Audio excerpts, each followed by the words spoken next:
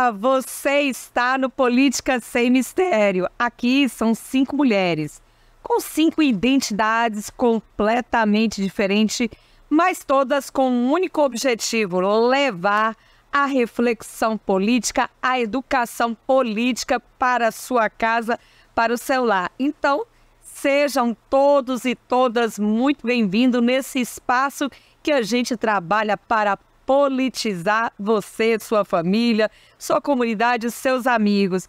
E neste mês, né, meninas, que nós estamos especialmente o mês das mulheres, nós estamos com convidadas mulheres muito especiais que vão falar de áreas que afetam de alguma forma a sua vida.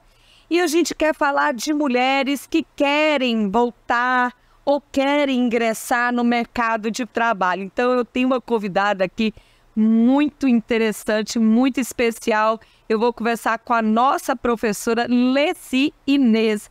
Professora Leci, muito obrigada pela sua presença. A gente agradece muito Política Sem Mistério, agradece demais a sua presença. E já estou aqui com Larissa Araújo, né, a nossa perspicaz analista política. Para todos os assuntos ela tem um certeiro comentário. Estou aqui também com a nossa grandíssima Viviane Leite. Seja bem-vinda, Vivi. Que bom, nós estamos já aqui nesse sábado, né? Já falando sobre políticas. E professora Leci, você se apresenta, fala um pouquinho da senhora. Quem é essa mulher Leci Inês? Bem, boa tarde aos telespectadores de vocês, boa tarde a vocês, agradeço o convite, me sinto honrada para falar de um assunto tão interessante, espero trazer alguma contribuição, né? Eu sou professora, minha vida é essa, eu gosto dessa profissão, eu mudei aos quase 40 anos, eu mudei de profissão e trabalho há 30 anos na academia. Sou formada em economia, tenho doutorado em serviço social, que é uma coisa interdisciplinar, uma coisa que é recente, essa interdisciplinaridade, mas que é bem interessante. Nisso não foi muito fácil, mas é bem interessante. E trabalho, né, em economia, estou aqui na UESC há 17 anos, sou aposentada da UESC, na verdade, mas continuo trabalhando na pós-graduação, no mestrado de Economia Regional e Políticas Públicas. Na graduação, no meu tempo de atividade, eu era professora de macroeconomia e agora sou professora de desenvolvimento regional e políticas públicas na pós-graduação. Bom, então você está vendo aí, ó, que tem know-how para falar o que a gente vai discutir hoje. E o tema de hoje, o que a professora Leci com certeza tem enormes contribuições para comunicar aqui nas nossas rodadas de discussões, nas nossas reflexões. Hoje a gente tem um tema muito pertinente a nós mulheres: a luta por creches como um instrumento de autonomia econômica. Então, professora Leci, o programa de hoje, né, e para os nossos telespectadores, tem esse objetivo de falar da importância das creches como um vetor para que as mulheres aumentem a sua participação no mercado de trabalho. Para vocês terem ideia, pessoal, a participação das mulheres no mercado de trabalho ela vem crescendo de uma forma contínua desde os anos de 1970. Contudo, lembra, né, que o sistema hoje que a gente sabe que é um sistema capitalista, um sistema patriarcal, constitui-se um modelo no qual as mulheres foram responsabilizadas pelo chamado trabalho, né, um trabalho reprodutivo, realizado dentro de casa, do cuidado dos filhos, do cuidado da casa, do marido, dos doentes e idosos. Ao passo que os homens atribuiu-se a responsabilidade pelo trabalho produtivo, né, e de produção de mercadorias que é realizado fora de casa. E aí essa divisão, né, que dá-se através de uma hierarquização que valoriza o trabalho produtivo em detrimento desse nosso trabalho reprodutivo, desse nosso trabalho de casa.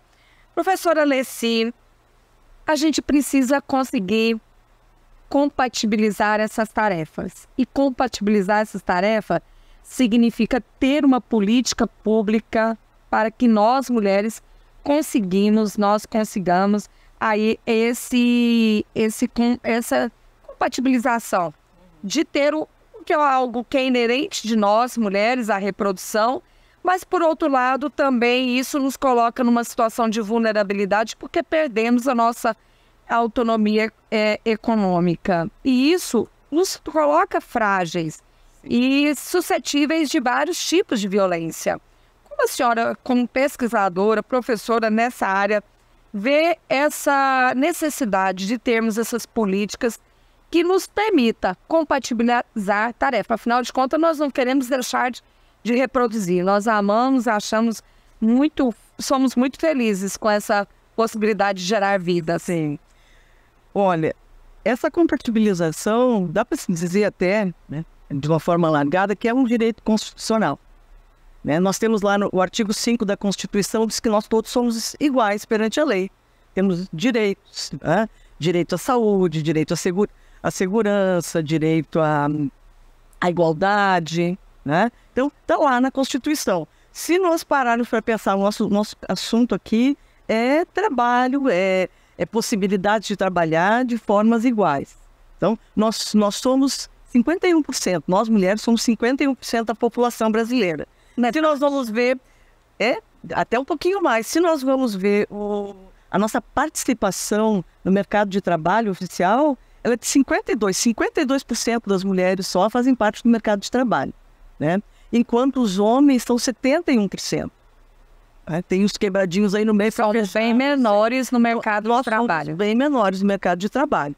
Além de que a renda do trabalho da mulher é muito baixa, é inferior ao do homem também. Sem falar, ganhamos menos. Ganha menos. A renda média de trabalho, a média, né, dos homens é na casa de 3.900, das mulheres é de 2.856, eu cheguei a guardar o número.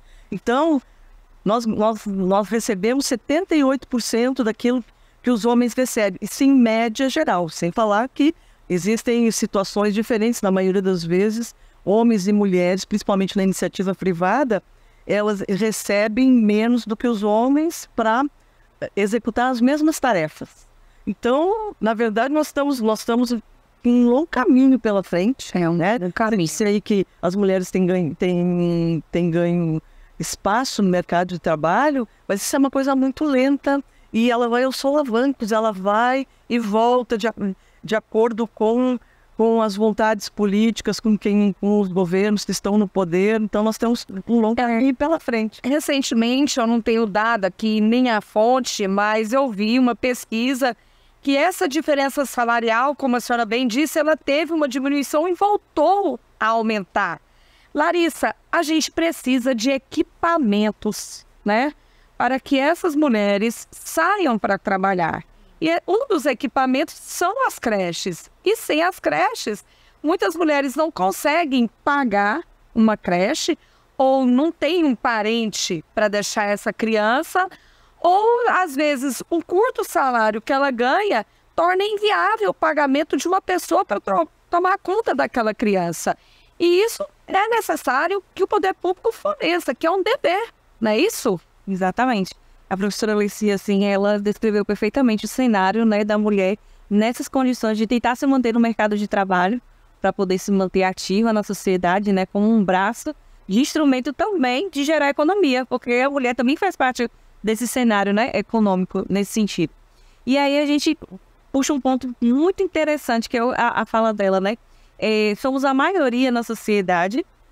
Mesmo assim, quando a gente vai para uma realidade privada, as mulheres ganham menos que os homens e assumem muitas vezes em seus lares o compromisso financeiro mais do que os homens, porque a maioria dessas mulheres também corresponde por aquela condição de maternidade solo, né? Elas não têm o auxílio de um pai, elas não têm o auxílio do marido, ou muitas vezes elas até possuem essa estrutura familiar, porém ela não tem aquele recurso financeiro que contribua de forma efetiva. Então ela complementa a renda ainda familiar, mesmo ganhando menos. E aí, Lisdei tocou num assunto importante. Esta mulher, obviamente, ela não tem condições de colocar o seu filho numa instituição privada de ensino. Então ela busca como alternativa o quê?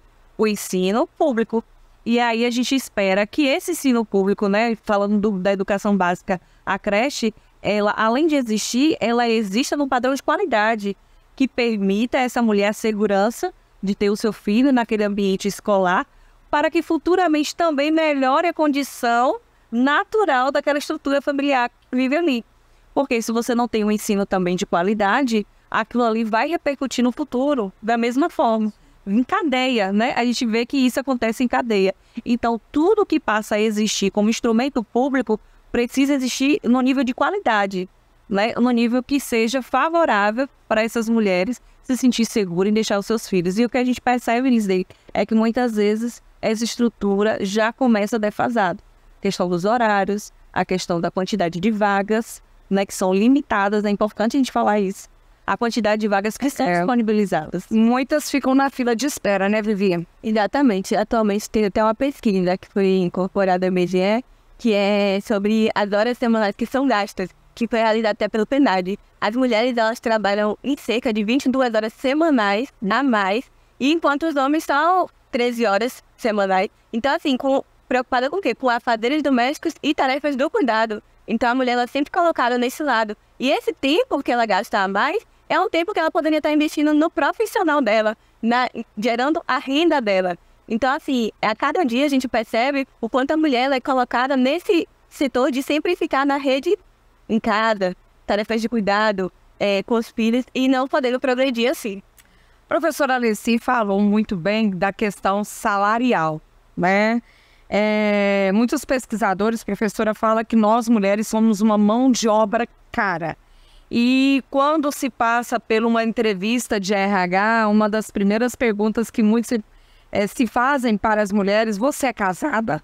Né? Você tem filhos? Porque gera aquele medo que ela vá faltar ao trabalho, né? Então o mercado de trabalho discrimina as mulheres com filhos pequenos, por medo que elas faltem ao trabalho. Elas são vistas prioritariamente como mães e, por consequência disso, seus salários são menores que dos homens. Professora, né, apesar que nós temos uma cronologia da lei de diferenças da igualdade salarial, ainda isso não foi, um instrumento legislativo ainda não foi suficiente para corrigir essas distorções. Isso.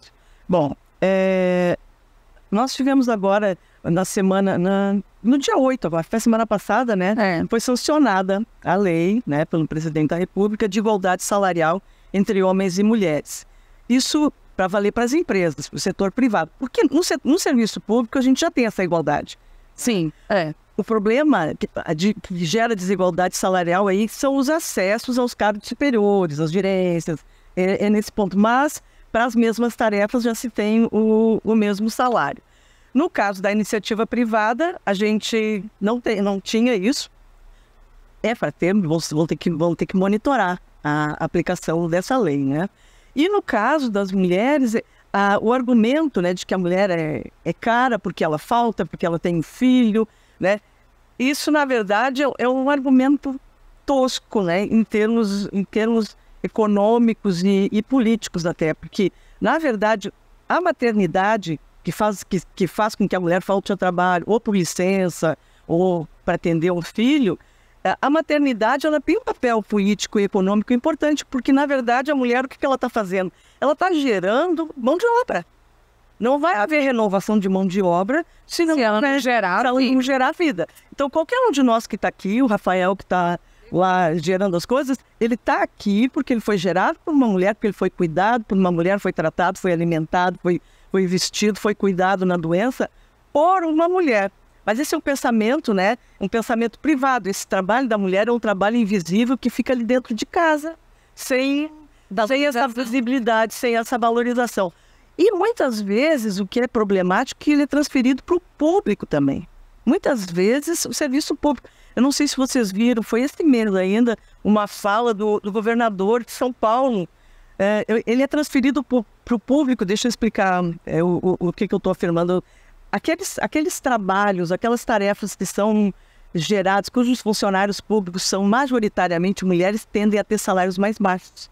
O exemplo disso é a educação, né? A educação fundamental, que a enfermeira. Isso. São as profissões que imitam o cuidado. Isso. São inerentes ao cuidado. Isso mesmo.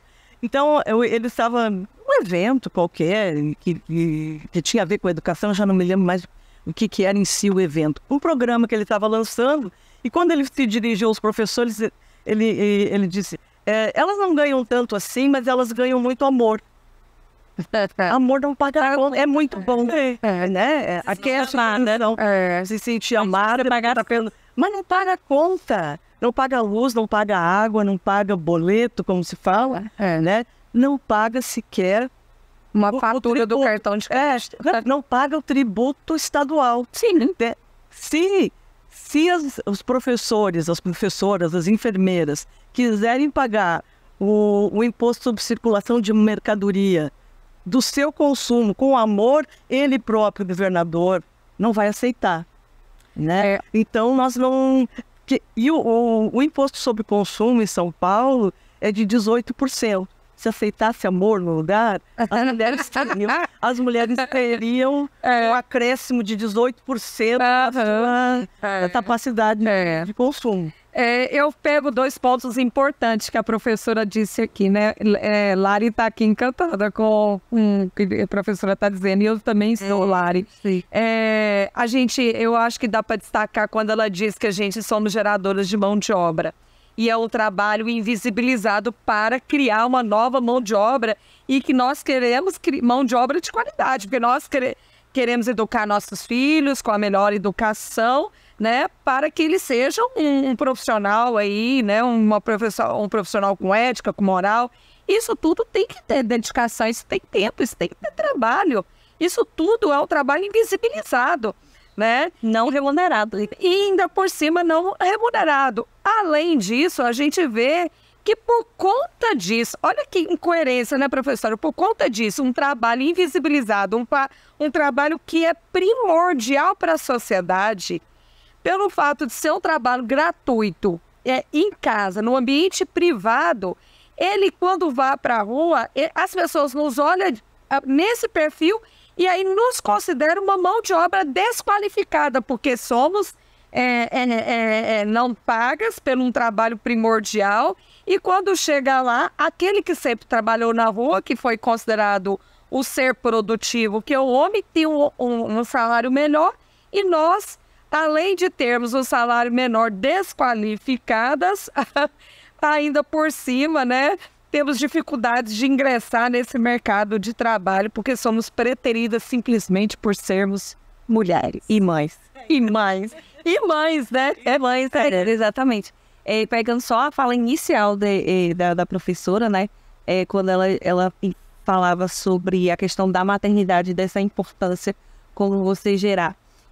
Não se vê realmente, eu sempre comento sobre isso, toda vez que você vê algo muito bem feito, você apenas elogia o produto final, aquilo ali que está sendo feito, né? Você passa e vê um empreendimento, você fala, nossa, que engenheiro inteligente, essa casa é muito bonita, mas você não imagina como foi dada a construção daquele engenheiro, tanto como pessoa, como ele no exercício da sua profissão. O quanto ele teve que estudar, o quanto ele teve que abrir mão, né, para poder ter aquela formação e ele conseguir fazer aquele projeto. Como foi a construção daquele projeto? A gente não para pensar nisso. Numa analogia, a gente trazendo para a inserção da mulher no mercado de trabalho, Lisdeia, a gente raramente vê uma discussão onde as pessoas questionam o quanto aquela mulher se abdicou para estar naquele espaço, né? O quanto aquela mulher tem se oprimido, essa é a palavra, se oprimido, para se dividir em dupla jornada. Porque, na verdade, o que acontece é, ela assume uma dupla jornada, ela não sai de casa para trabalhar.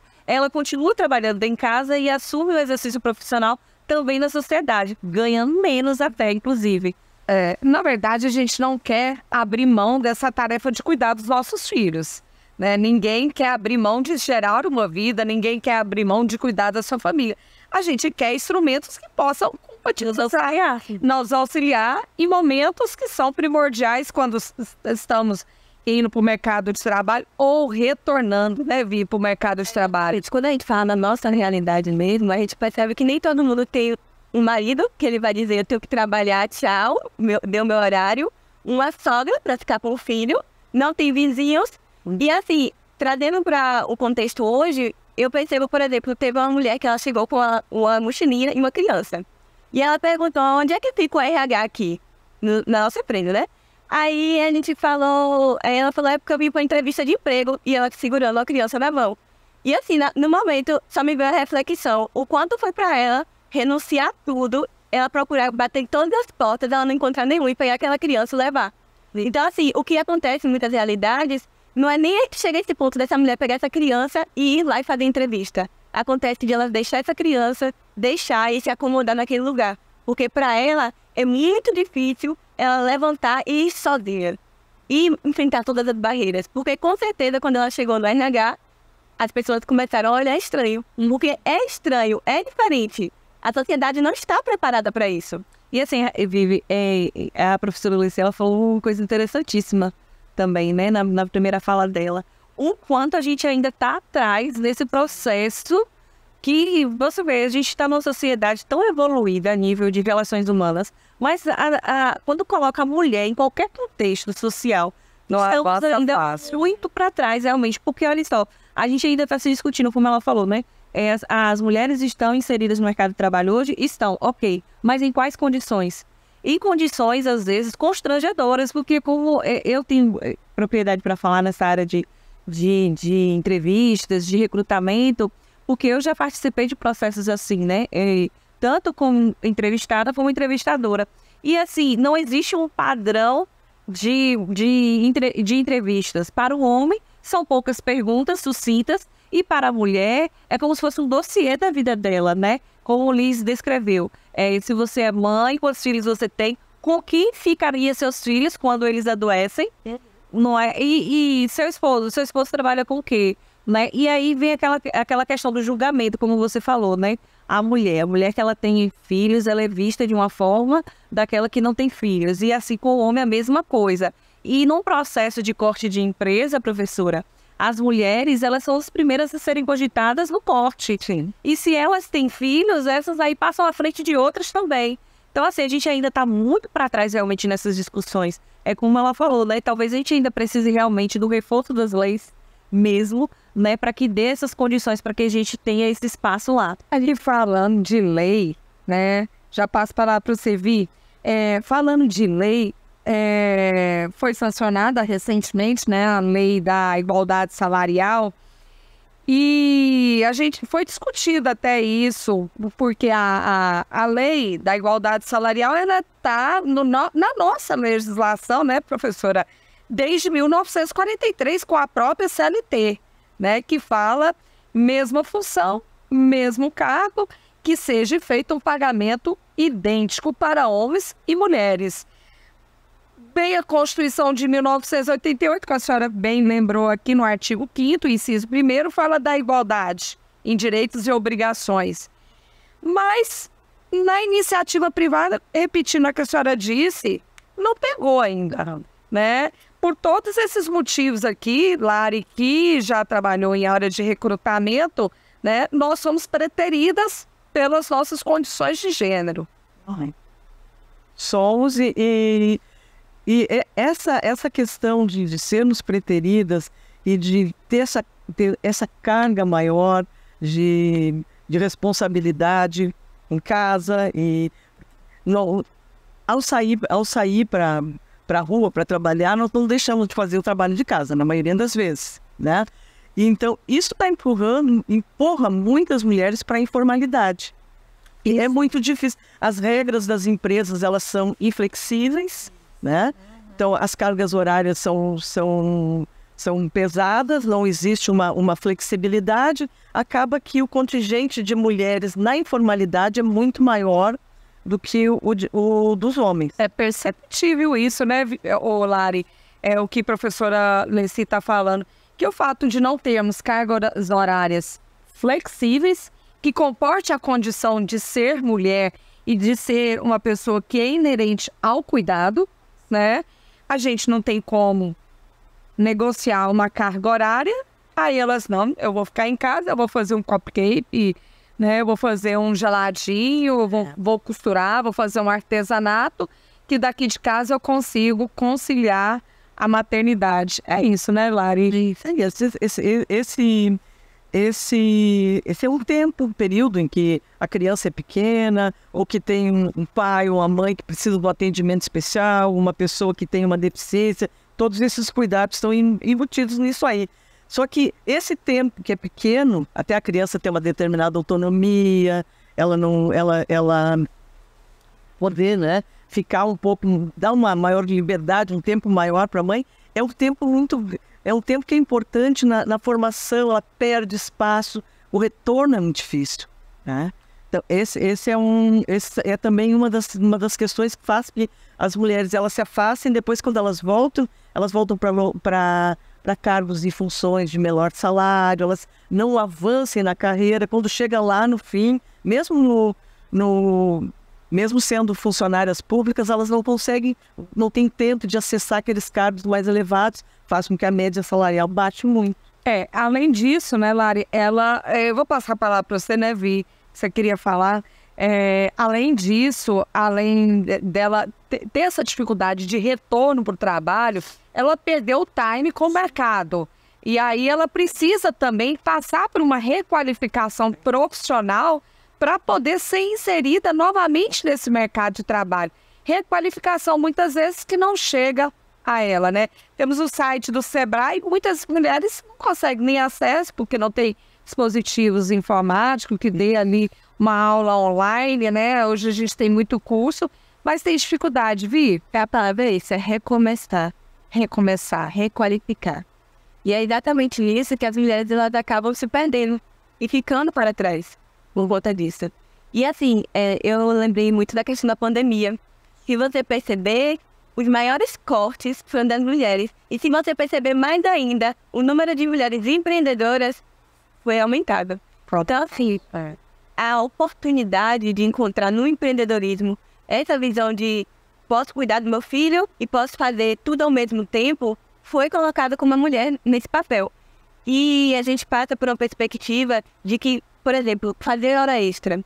A mulher muitas vezes tem que ir para a reunião do filho, a mulher muitas vezes tem que levar um serviço médico.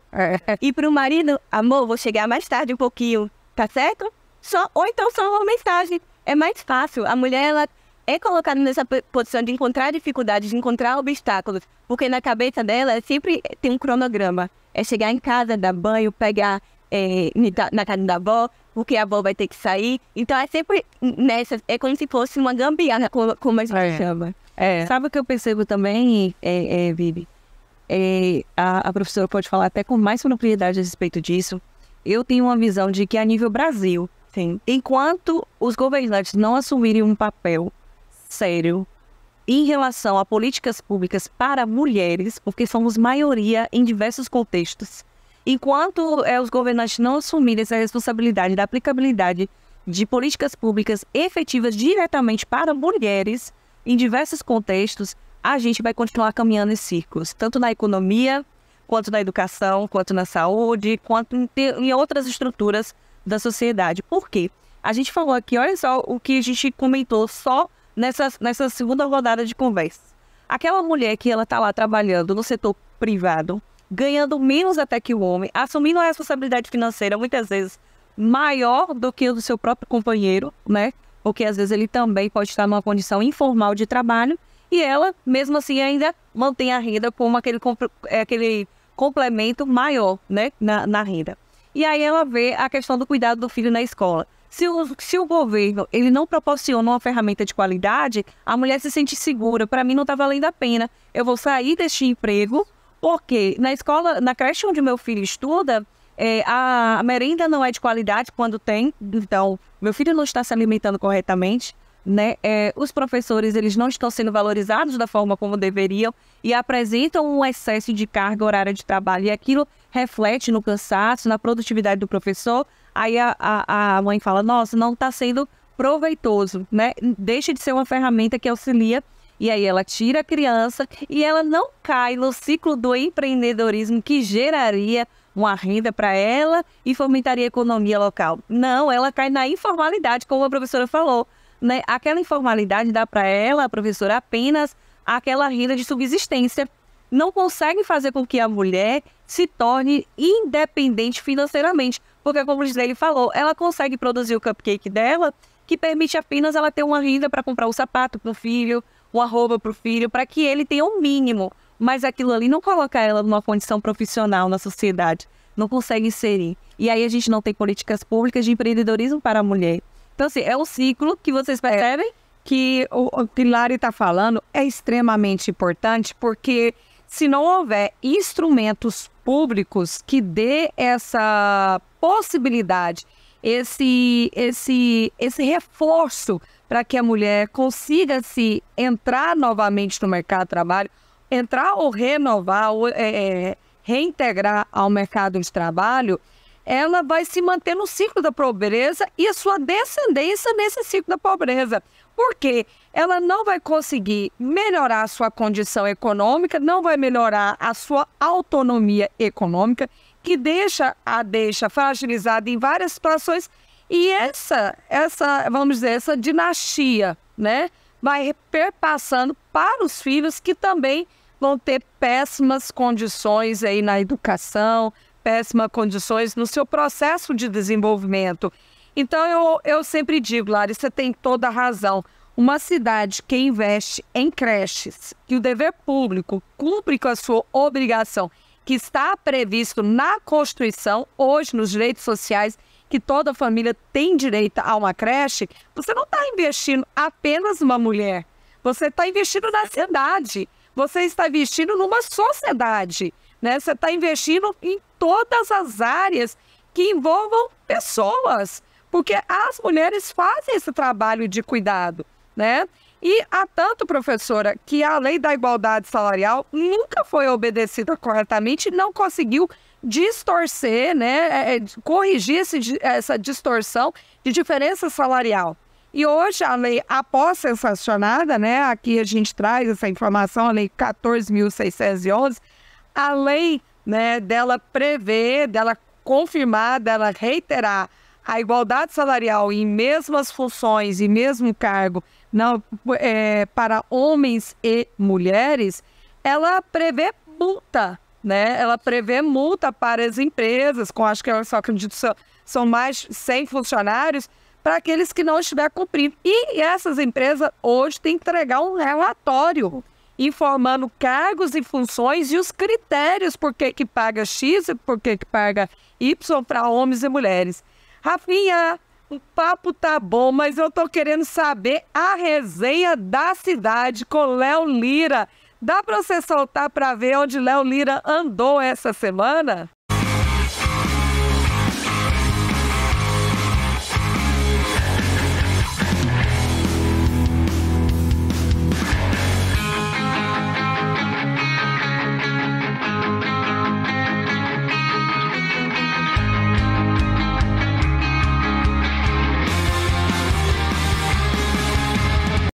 Segurei. A falta de saneamento básico, serviço de roçagem e infraestrutura tem sido a dor de cabeça para os moradores do bairro Monte Cristo. Dona Silvia, moradora do local, nos conta as dificuldades que eles têm passado. Fala pessoal, estamos aqui agora com Dona Silvia e vocês lembram muito bem que nós já estivemos nessa rua, se é que a gente pode chamar de rua um lugar desse aqui, que a população não merece não, isso aqui, viu galera? A gente pede, né, o poder público, né, quem tá lá, quem pode fazer para fazer, fizeram todas as ruas, mas essa rua aqui não fizeram, sabe por quê, Léo? Sabe por quê? Porque não tem rede de esgoto. E aí, esse pedacinho de rua para eles, né, é muito. Se alguém adoecer aqui, o SAMU não sobe. Não sobe. Então vai ter que chamar os vizinhos para levar de qualquer jeito. Enquanto gravávamos, mais uma vez, um trabalhador sofre com a ineficiência do poder público. O cara acabou de cair aqui agora, interessante. A gente estava fazendo a cobertura. Segura. Pronto. Difícil, situação aqui. Conversamos posteriormente com esse amigo e infelizmente ele teve alguns itens da moto quebrado, né, e teve que levar a moto para manutenção. Aí eu pergunto, quem vai pagar essa fatura? Com certeza não é quem deveria. A gente vê essa senhora aí, ela falou num item fundamental para a vida de uma família, né? Ali você vê, professora Alessi, uma mulher reivindicando saneamento básico, né? Para uma estrutura que é de direito dela. Ela fala dos itens, olha, aqui não tem saneamento básico, aqui não passa uma ambulância, aqui não tem como se locomover. É necessário, né, que as pessoas percebam o que uma senhora, né, está dizendo ali e reivindicando. Ela não está falando que quer o pretinho, que quer o pavimento, não, ela quer uma rede de esgoto, porque ela sabe muito bem que aquela capa, né, asfáltica, milimétrica, não vai resolver o problema dela. Ela quer uma rede de esgoto, né? Ela sabe que se não colocar a rede de esgoto, pode colocar qualquer tapete ali, que nas próximas eleições vai ter que colocar outra e não vai alterar a vida dela.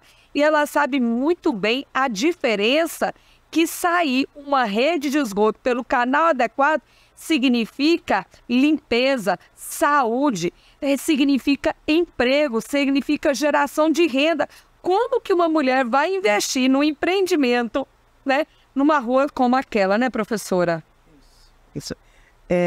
A questão...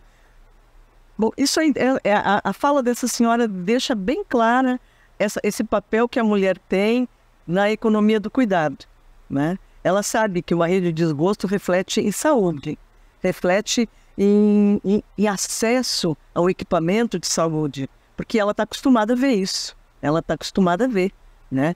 Então ela tem essa percepção. O que o que são as prioridades das políticas, né? O que são as prioridades dos agentes políticos que estão no meio. Ela falou a palavra primordial, né, Laia? Prioridade. Será que os gestores públicos têm prioridade? E isso que eu ia comentar, né? Porque ela tocou num assunto interessante, né? Eu já ouvi de mulheres que preferiram ficar em casa com os seus filhos, dependendo da renda do marido, porque elas não tinham condições. Ela olha onde eu moro, para eu descer com uma criança de colo aqui. Parece uma coisa que, quando não está na realidade das outras pessoas, parece uma realidade distante. Mas imaginem vocês, realmente, você pegar uma criança, expor essa criança nessas condições, né? Criança de colo. Criança de colo. Então, assim, eu já visitei bairros, professora, onde tinha aquele esgoto preto mesmo, passando na porta da casa das pessoas. Então, você expor a criança aquela condição ali, só pelo ar mesmo que ela se respira, ela já adoece. É tanto que se a gente for tentar mapear, se a gente tentar buscar informações dentro dos postos de saúde, né? Quais os bairros onde as crianças ficam mais doentes vão ser os bairros onde não tem saneamento básico. E as mulheres sabem disso. As mulheres sabem que a falta de esgoto significa saúde para ela, para a família dela e a condição de vida dela, até mesmo, Larissa tocou em um assunto primordial, até mesmo para ela conseguir se estar inserida no mercado de trabalho. Você vê que a própria infraestrutura na porta da casa dela afeta diversas áreas da sua própria vida. Eu já entrevistei mulheres, né, para quando você vai contratar, e aí você pergunta a elas também, né, onde você mora, bairro de residência. E é muito comum, Vivi, as mulheres terem vergonha de dizer também onde moram, porque se o bairro já for muito periférico e ele já for mal visto pela questão da violência, ele também é mal visto pela questão da falta de infraestrutura no geral, então elas já começam a se sentir, aí elas mentem, né, diz que mora no bairro próximo ou não conseguem assumir aquela realidade que elas vivem por conta disso. Tudo isso, professora, influencia para que a mulher permaneça cada vez mais fora do mercado de trabalho, porque existem muitas barreiras para todos, mas para algumas pessoas, e no caso das mulheres, essas barreiras são muito maiores. Ela já encontrou a primeira barreira na abrir a porta. Quando ela abre a porta, ela não consegue sair de casa. É uma coisa que é um direito fundamental, está na Constituição. O que adianta estar na lei se não é colocado em prática? Porque a lei é um reflexo da nossa realidade, do nosso acontecimento. Então, assim, é muito complicado. Tem até um podcast que é Estou Cansada, Logo Existo. E é exatamente isso, né? Gostei. Estou cansada, logo existo. E é tratado sobre essas dificuldades, né, da mulher em si. e encontrar essas barreiras. E é muito complicado, como a Larissa falou. Ô, Rafinha, por gentileza, a gente agora quer ver por onde anda Jai. Será que ele tá turistando ou ele tá andando aqui por Itabuna? Dá para você mostrar aí nosso Jai?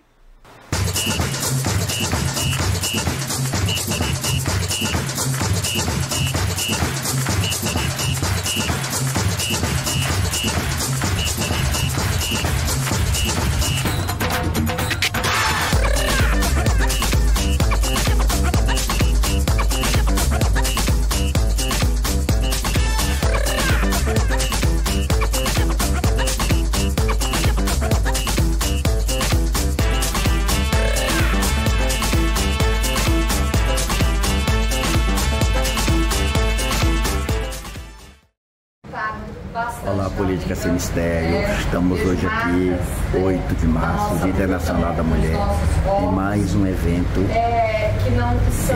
para comemorar esse dia muito importante, o Dia das Mulheres. Estamos aqui no evento com a doutora Gisele Nobre, doutora Andréa Peixoto e doutora Débora, aqui nas casas da CEPAC, Barra de São Caetano, na Avenida Kennedy, um evento de encontro com mulheres. Vou mostrar um pouco para vocês. Né? A rua não está calçada, né? Vocês sabem muito bem que a gente convive com a insegurança pública, o medo de ficar na porta de casa, o medo de perder nossos filhos, nossos netos para o tráfico de drogas, né? A gente aqui convive com a violência dos nossos companheiros que não respeitam os nossos corpos, que não respeitam as nossas vontades. Bom dia. Bom dia. Você está aqui, né? Então, esse programa, ele é muito bom, porque ele vai falar de políticas públicas, né? Você, Antônia, né? Antônia, você está pedindo água na sua casa, que é um direito seu. Água, alguém vive sem água? Não, ninguém, né? Então, tem muitas coisas que os governantes fazem o que querem com a máquina pública, porque muitas vezes as pessoas não compreendem o que é a máquina pública. Pois é, professora, eu acho que a gente falar de educação política é algo fundamental, é um direito fundamental das pessoas.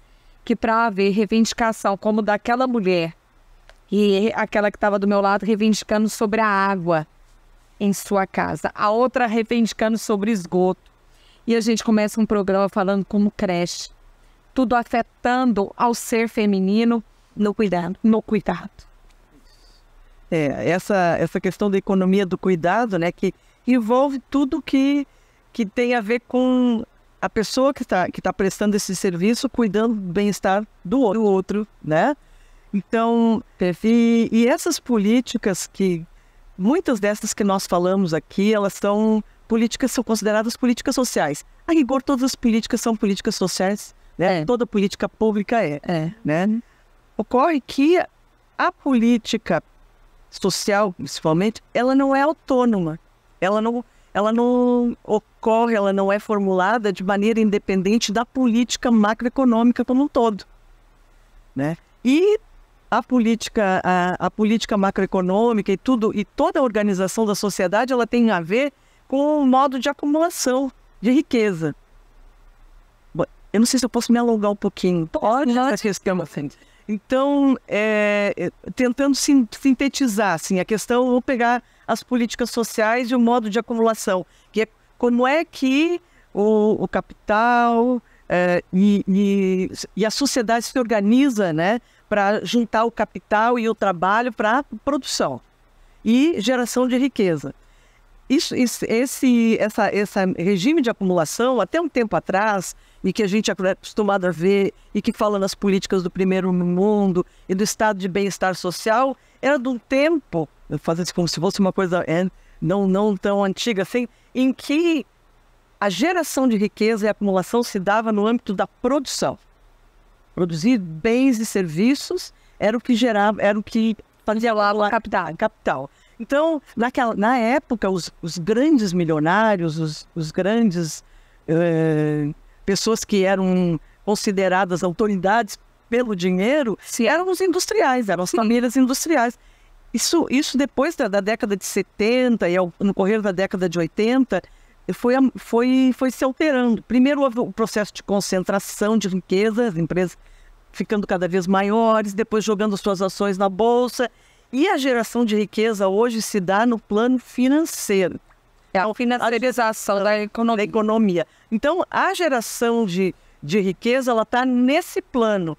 E ficou em segundo lugar, né, a produção, que precisa haver produção, mas ela já não gera tanta riqueza. A Como isso afeta a mulher?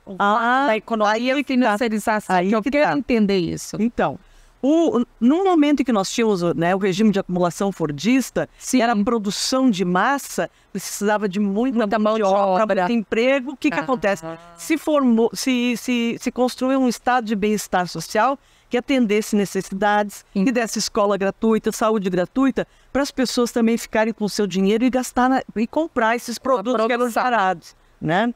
Com o passar do tempo e com essa alteração, a gente passou no tempo intermediário entre a produção fordista e essa financiarizada, nós tivemos aquele tempo de acumulação flexível. O que aconteceu ali? Começou a culpa da crise que se gerou no capitalismo foi dada ao trabalho. O trabalho está muito caro, os sindicatos eles cresceram muito, as reivindicações são muito grandes, e aí começou também um processo de uma nova revolução tecnológica. Direitos sociais que até então foram conquistados. E a revolução tecnológica tornou...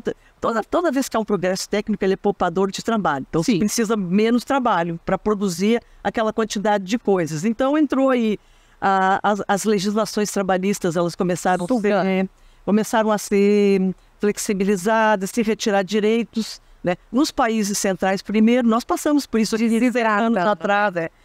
Houve reforma da Previdência, reforma trabalhista, aquela PEC que congelou os gastos por 20 anos e tal. Então, um pacote total. Que suga direitos sociais tão difícil ter conquistado. Isso aí. Diminui o serviço, diminui os salários. E aí, como é que se inclui as famílias hoje em dia? Se inclui pelo mercado financeiro. O mercado financeiro ganha dinheiro, inclusive, com as populações de mais baixa renda.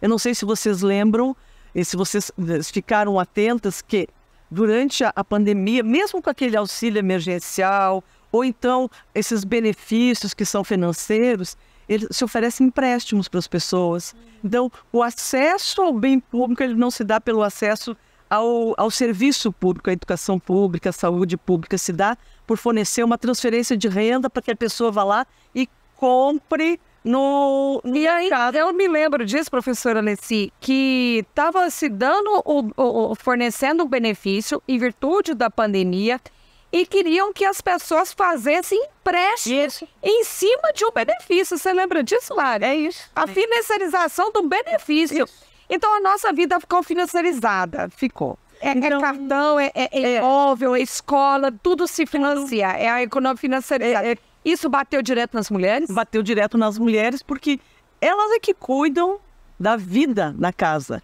Então, se as pessoas, elas estão... Porque, veja bem, eu não estou aqui tratando de demonizar o crédito. O crédito é importante. Sim. O crédito é importante para financiar a produção, para as empresas tomarem empréstimos, investirem, crescerem.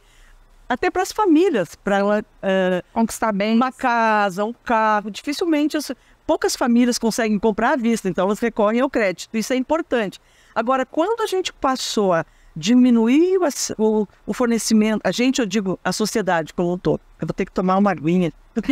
Desculpa. Pode ficar à vontade, professora Alessi. Diminuir o fornecimento de saúde, de educação, de diversos serviços públicos. E as pessoas, para acessarem isso, precisavam, no momento que o seu salário está menor, o seu benefício está menor, elas vão recorrer ao crédito. Nós temos aí uma inclusão social pelo crédito. Então, inclusive as famílias mais pobres, elas entram nesse circuito financeiro. E a mulher, como ela é quem administra a casa, quem cuida, quem tem que comprar o remédio, quem tem que fornecer as coisas, né? O alimento, as pessoas hoje em dia compram, tomam um empréstimo, compram um cartão, alimento. Então, que é um financiarizando a baseira, né? É isso.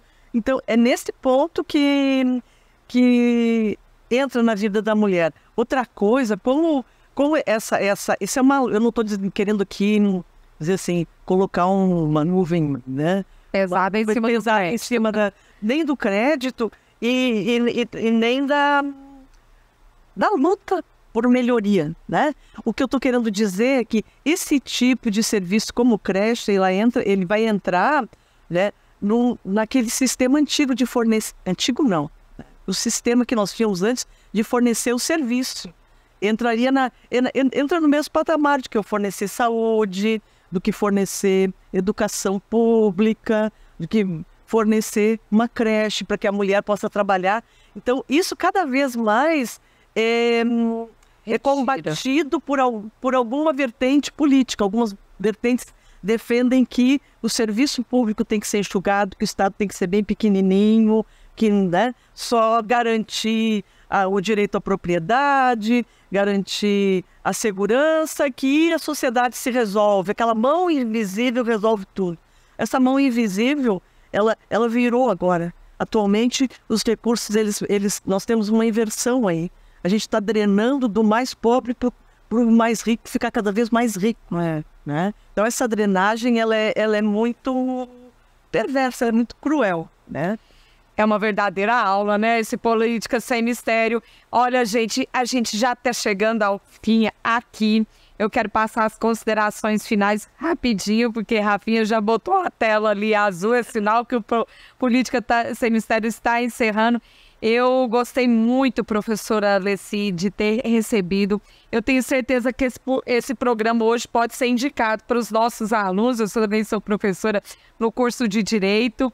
Então, com certeza, esse link é precioso, viu? Porque hoje foi uma aula aqui e a professora explicou algo muito importante. Professora, eu não pesquiso, eu sou pesquisadora de estado de exceção, mas eu nunca tinha pensado na economia e eu vou me refletir bastante no processo de financiarização e como isso impactou na nossa vida. Evidentemente que o Estado, né, hoje não tem tanta preocupação em fornecer direitos sociais, que isso já era uma área afetada, sensível a nós. Imagina que agora nós viramos objetos de uma projeção de lucro nas bolsas de valores, né? Vivi, suas considerações. Primeiramente, eu gostaria de agradecer a presença da professora, foi de grande contribuição. E dizer, né, que as mulheres, o que acontece? Elas não têm vaga nas creches, ou então quando há vaga nas creches é muito distante.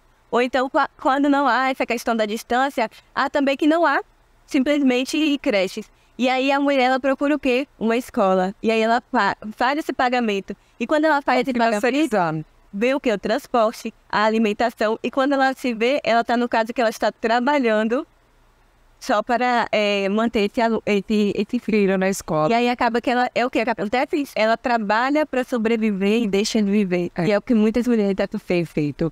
Lari, suas considerações, querida.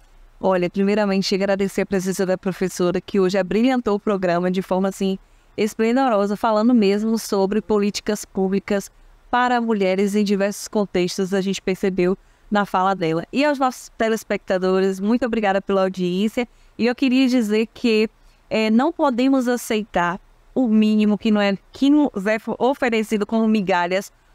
Um produto não permitir ser utilizado como um produto da politicagem, porque a política pública, a maioria delas, estão aí como um direito garantido em lei.